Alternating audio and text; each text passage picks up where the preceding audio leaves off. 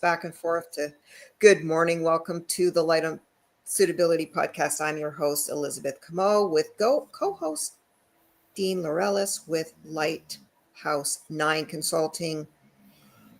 He produces, prepares, helps people with all kinds of stuff, incarcerated persons with their self-help programming, from insight into absolutely anything and everything you can think about. It's not limited. And he's got all kinds of correspondence programs. He's got all kinds of, they go in person as a not in a nonprofit fashion, but he does have correspondence offers. So I should probably get you to talk more about that one day. I was trying to buy some time, thinking maybe Joe would show up, but I don't know if he got the link, and I should have I was going to text him last night and I forgot. So this show, finally, we're getting to a show called, I think he called this Good Karma or something. What did he call this? Good Karma? Create good karma. Create good karma. Yeah. Create good karma. And so he's really spelled out, he really got kind of spiritual on this one, talking about karma being the spiritual principle of cause and effect. So we can kind of see where this is heading. Intent and actions are the cause, influence the individual's future, the effect. There's good intentions and deeds, bad intentions and deeds. Both of those result in karma. He does emphasize that karma is not as we think. It's a kind of a subtle difference of what society thinks, and that is it's not a reward punishment system, but it's just a law that produces consequences. And that's interesting, since we talk about consequential thinking as a way of showing that you're not the same person you were before, typically in youthful offender issues. So karma actually considers action, intention, attitude, and desire before and during the action, is how Joe puts it. And for him, and why he put this in the chapter, is to show everyone, encourage everyone to live in a moral pro-social way. He even has a quote from the Mahabharata, which is I think it's a Sanskrit text. I should know that, given I have a lengthy yoga history. But happiness comes due to good actions. Suffering results from evil actions. To oneself. I mean, it's only my thoughts and beliefs that cause me suffering. In the end, it is only my thoughts and beliefs that cause me suffering after something has happened. So if one's action, according to the Mahabharata, which is it's kind of like it's a story, actually, which I've read half of, not all of it. But if one's action bore no fruit, then everything would be of no avail. So very deep. Joe's getting deep. He talks about suggestions for creating better karma. There's obviously many, many ways, but number one on his list, practicing forgiveness, letting go of resentment and negative feelings toward others.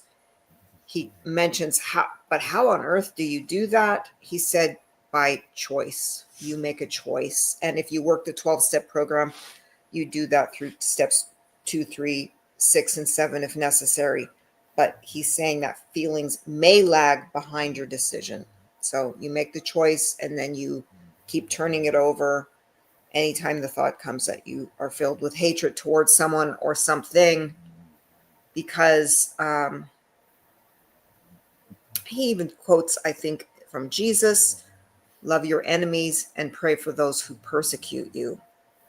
And now, if you've ever lived with any resentment in your life, you can see how amazing that a person like Jesus was, to be able to do that, and even to do that as they are executing him in a brutal fashion.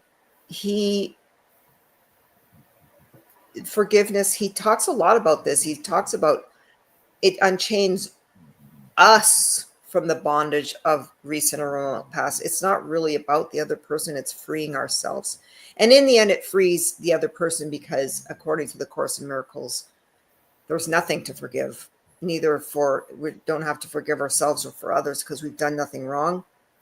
It's mostly the ego that runs the show. And once we see that, you can see the innocence in the other person. And there's just mistakes and not sin. But anyway, hey, we're in a deep subject. We can take a deep dive. He told his readers that they should decide seriously today to forgive, because it will make you feel better and it will create good karma. Number 2, he said, become a good listener. And he said that listening is over 50% of communication, if not more, and is a lost art requiring practice and discipline. Real listening lets you notice what is not being said as well as what is said. Listen to someone when they offer advice, even unsolicited advice. Be discerning and just say thank you. You don't know. Someone might be criticizing you, and it just might require a thank you and not a defense. According to Byron Katie, the first act of war is defense. I thought that was pretty interesting. And he said, how do you do this also? Don't think about your response while the other person is talking about it. Oh, my, Joe. You're expecting a lot from people. He's saying this impedes communication, and it sure does. And in other ways, 12 steps is a wonderful practice for that, because you have to go and you can't crosstalk. You have to just go and listen to someone else's share. You get 3 minutes and they get 3 minutes. So you've got 57 minutes of listening practice. And it's it really does develop listening skills. Be polite, he says. It also helps to diffuse tense situations and resolve conflict. And he says your politeness may return to you in the form of good karma, or it may not. And one thing about karma is you're not supposed to be doing things for a reward or because you fear punishment. And develop an attitude of gratitude. He mentioned Tom Brady expressing gratitude after he lost the Super Bowl. Of course he did. That's probably where Joe's at right now. He's probably watching football. Calling you out, Joe. But he, I wish he was here today, because I'd really like to ask him why he included the chapter. I have no criticism. I'm just always curious about why he includes something and where he includes it in the book. And sometimes he knows and has an answer, and sometimes he doesn't. I'm going to turn this over to you and see what you've got going on in your big brain about this topic. Yeah, I was just writing a couple of things down as you were speaking, and I think that with this create good karma and with the steps that he's provided, it breaks it down even further. So it definitely goes deeper than just the title itself. And, some of the things you said, the intention, it's what we teach is to live with intention, live with purpose, have a goal, whether it's long-term, short-term, but, work every day to strive for that goal. And for a lot of people, their long-term goal is to go home. So, what are you doing now to pour into that? What are you doing? Anything that you're doing that's insignificant, you're probably wasting your time getting involved in things that you don't need to be involved in. You said what Joe, what he'd written was that it's a choice. It starts with a choice and the forgiveness. It's easier to say, well, today start forgiving, but there's a process to that. And what I've learned through personal experience and have seen others work through it as well is that forgiveness becomes easier with understanding. So, for example, growing up in a domestic violence-filled household, once I got older and understood why my dad was the way the way he was, gaining that understanding, it helped me to be able to forgive him, because I then realized that he grew up the same way he was bringing us up.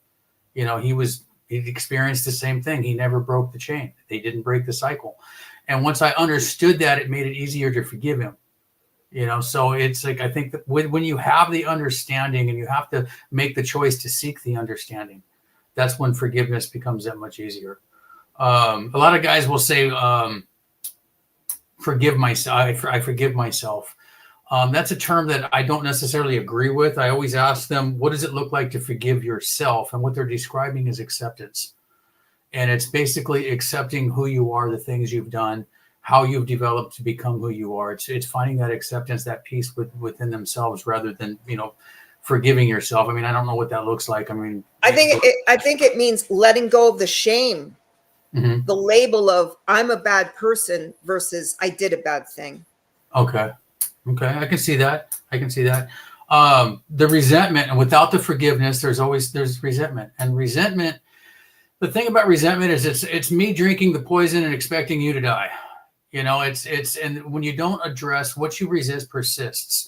If you don't address the issue, it stays there. So that's resentment, holding on to that. And that often pours into other relationships, so it's like to be able to put that resentment away, to address it. I mean, if there's somebody that I don't like for whatever reason, every time I see him, I'm going to have bad negative thoughts about him.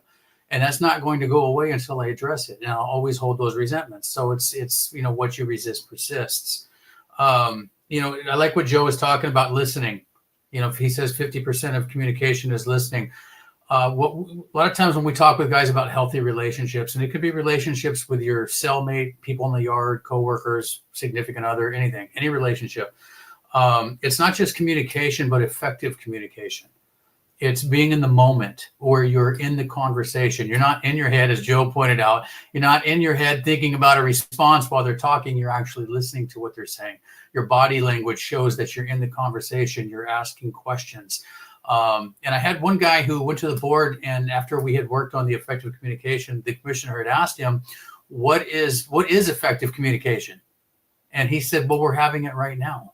We're in the moment, we're having the conversation, we're in the here, we're listening to each other, asking questions, and this is effective communication.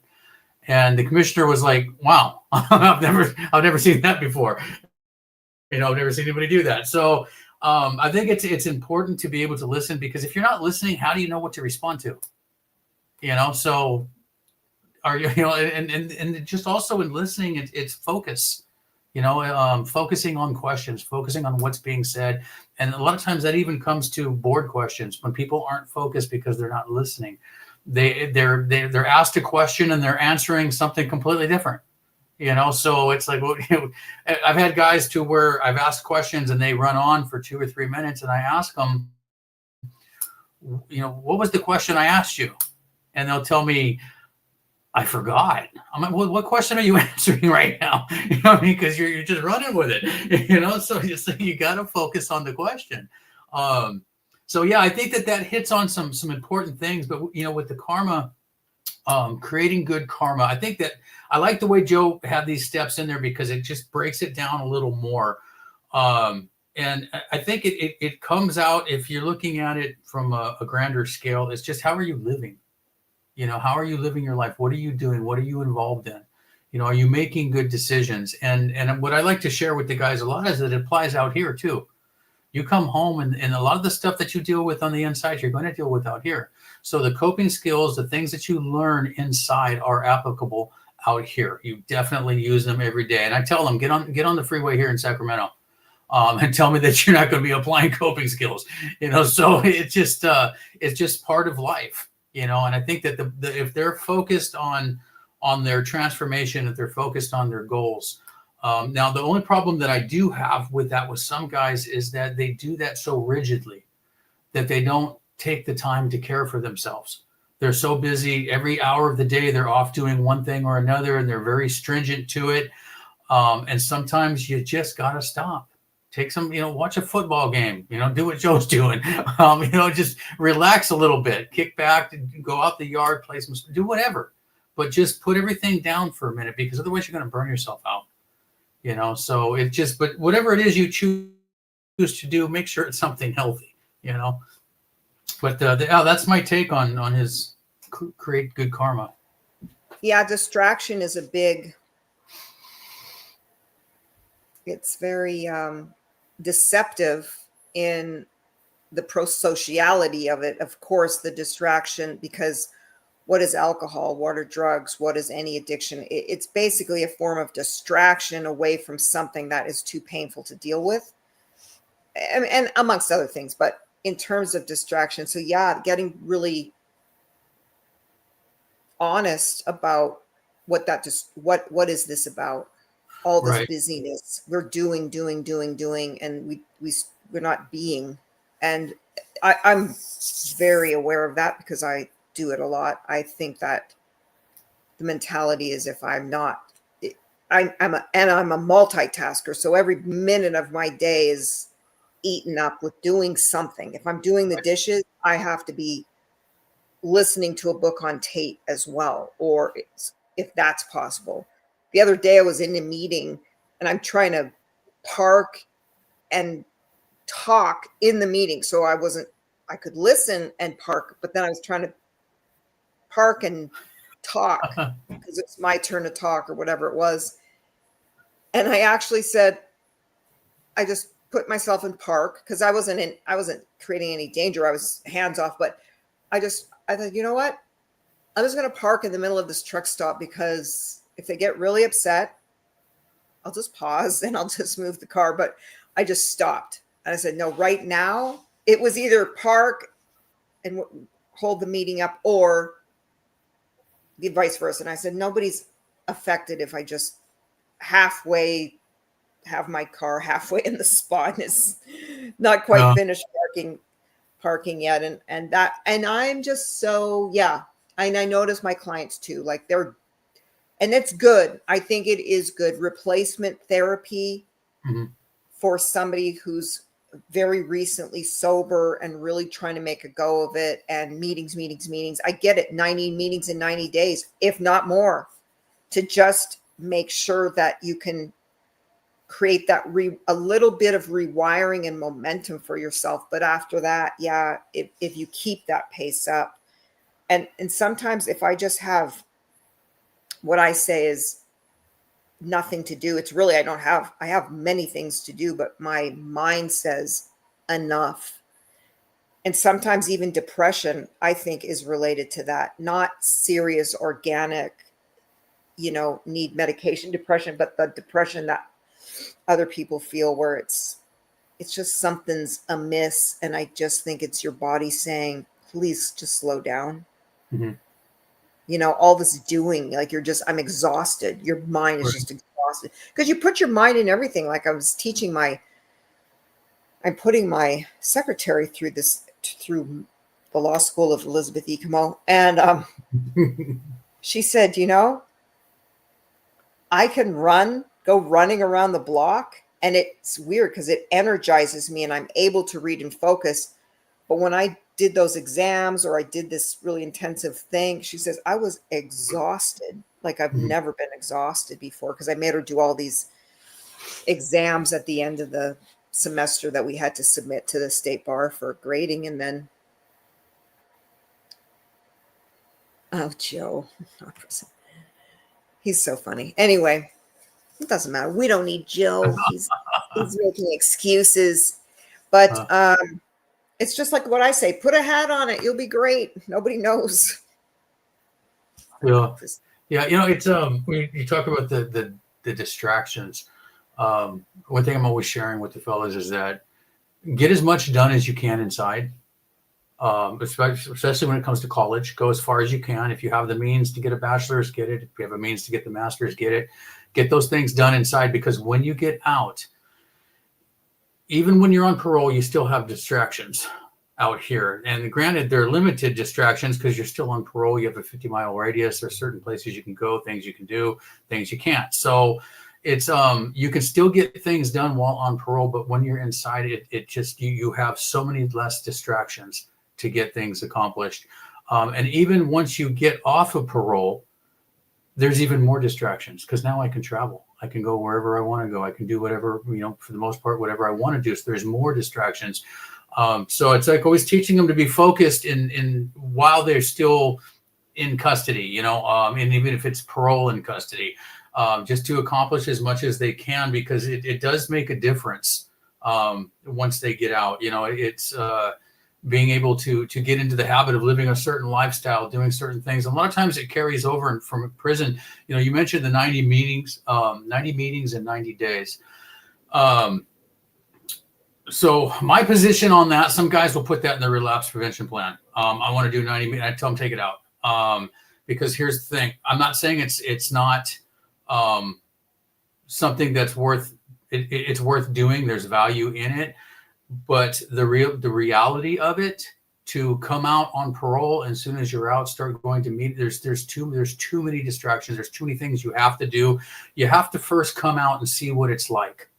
You have to get your feet wet and see what it's like to have that freedom to do the things that you got to get done. First couple of days, usually people are getting their essential paperwork, driver's license, IDs, birth certificates, all that, checking in with parole, checking in at the transitional housing, seeing family members. So there's a number of things that pull that. Now, I'm not saying down the road you can't do your 90 meetings in 90 days. And I think that would be great because that consistency would really put them into a path where they would continue that. But when it's upon immediate release, there's so much more, not to mention the emotional, the mental aspect of the reentry, just that you're free, that you can walk through a door without having a guard unlock it first, that you can step outside at 6 o'clock in the morning without having to wait for the day room to open or the yard to open or something. There's just so much more freedom that it's just mentally and emotionally just adjusting to that. It weighs a lot, it takes its toll. So, I mean, I'd like to see guys being focused, have purpose, making good decisions. And it's like, even if you're just going to sit down and watch football all day, but it's a good decision. Stay out of trouble. You know what I mean? You're not, it's fine. You can enjoy yourself. You're not doing something that's going to get you into trouble. Now, granted, there can be things that happen around you. Okay, avoid it. Get out of there. And that's where, we tell them, remove yourself from the situation. If you're not there, it doesn't happen. Get out of there. Doesn't include you. So yeah, we've had a lot of success with that. And I really like, the karma, as far as, and the way I like the way that Joe broke that down, in that it's not about wrongs and rights, good and bad. It's about what you're doing, and just, there's consequences of either side, but it's just like, if you're living a healthy lifestyle, pro-social lifestyle, and it's funny because I'll ask the guys, I say, what happens if somebody's breaking into your neighbor's house? What do? Do you call the police? And a lot of them, it's funny because I've worked with guys in the county jail as well. And a lot of them are like, no, I ain't calling the cops, man. We don't call the cops, this and that. And I'm like, well, that's the societal, that's what's appropriate in society. That's the norm out here. Where guys in prison who are doing life terms are like, I'm calling the cops, man. And it's like, okay, good. I'm glad to hear that, because I do, I don't have any problem with dialing 911 if I need to. So yeah, it's just making the right decisions, living with intention, living with purpose. I think that helps. Yeah, agreed. The only thing I think the 90 and 90 is so doable nowadays, though, because all those meetings, any kind of meeting you want, is available online 24/7, 15 minutes a day. And I'm just saying also that you need a lot of support, and there's a ton of support in those meetings. There's just tons of good meetings nowadays. Like, people it's just not one big drunkalog either. Most people are working on emotional sobriety, and to be able to go and take your day to a meeting and go, oh my God, today was hard. I went to the DMV. I stood in line for 3 hours only to be told that I'd failed to make an appointment, or I failed to bring this slip or that slip, or I forgot my this, and how frustrating that can create a snowball. And without people who really can identify with being an alcoholic, meaning the ism, meaning the disease of self, meaning we don't manage life. When life gets kind of lifey, they say, we don't manage it well. We collapse under the pressure where it's too much of a trigger. And to be able to go, no, this going to a meeting is on my plan. And 90 and 90 also, it's a sense of community. It's really a solid base for them going, no matter what happens today, I've got God if I worked the program before I got out of prison, so I can say, actually, if I didn't, what is the thing? Control what I can't control, Right. powerless. I'm powerless over this. This was my internal defect that I'm struggling with, or this is, I did this to somebody. I need to apologize. But I just think it's, they say it too, a source of community creates oxytocin. It stimulates oxytocin in your body, Mhm. which is another feel-good chemical, as we know, not the chemical in the bottle, but actually natural oxytocin from your own body is stimulated through going to those groups. And so it's just such a powerful thing. And yes, if it was 90 and 90 and you've got to bus all the way across town to this one meeting or whatever, and it doesn't have to be like that anymore. And there's Right. just there's so many prisoner groups, and there's so many people willing to accept, parolees and hearing their story. In particular, somebody who's got a DUI Watson murder. I think it's a meeting a day for the rest of your life if you want to know the truth. But that's because it's such a cunning, baffling, and powerful disease, as they call it, meaning it's just the disease of self, me, myself, and I, poor me. And so if you can just go to these meetings and share your experience, strength, and hope as to, this happened. I got out of prison by doing these positive things, and I'm really hopeful in sharing that with others, because step 12 is also something they promise to do by telling the commissioners they work the steps, they Right. know the steps, they live the steps. Oh, do you? Well, then you should be serving others, not just yourself, but you need to serve society to keep yourself, I don't know, for lack of a better word, on the straight and narrow. And I just think it can be perhaps very also nurturing. They have fellowship there too for guys that get out without Right. any support. So they've got meetings where you can have fellowship after, and you can just talk freely. You're not limited by crosstalk issues or anything like that. You can go, man, I just got out of prison and I'm feeling it. I feel like drinking, and I can't just keep stuffing it because I've got to go to this thing tomorrow and I've got to go to that thing tomorrow. Well, if you're just going to be up all night with insomnia, my friend, you got your phone, find yourself a lovely meeting and get on there, put your hand up, share, and say, yeah, I'm struggling. And someone's going to say, okay, stay on, you know, don't drink, just stay with us for a minute and let's get you some help. And Right. usually that help is just a community of understanding people going, we've been there, Mhm. and hearing the message. I think it's so powerful. I don't know. I do think it's really powerful. I know there's a lot of resistance behind it because it says the word God, but there's so much literature now that has changed the word God to anything other than yourself, because our best thinking usually gets us to where we. Oh Where we shit! are. I gotta go. Hey. Okay, come on, Henry, come on. Oop, sorry. Dog fight. Sorry. Oh, you okay? Yeah, no, I'm okay. It was Henry. Come up here. Come on. You can't take Papa's bone. Can't take Papa's bone. And the pup sort of is a little melodramatic, but then mom, grandma goes nuts. So I don't know what went on. Something went on. They don't look good. Okay. I'm gonna go manage these pups, Yeah, and no problem. I think we'll we see. covered a bit. Yeah, they usually don't fight unless we're around, because they try and show off or something. And that they were outside just fighting on their own. But they're really good dogs. It's just if somebody's treat gets left, and it's usually the puppies, and then somebody takes it, and then the puppy tries to go get it back, and then they bring the hammer down on him. I'm like, the puppy's like, well, this was my treat to begin with.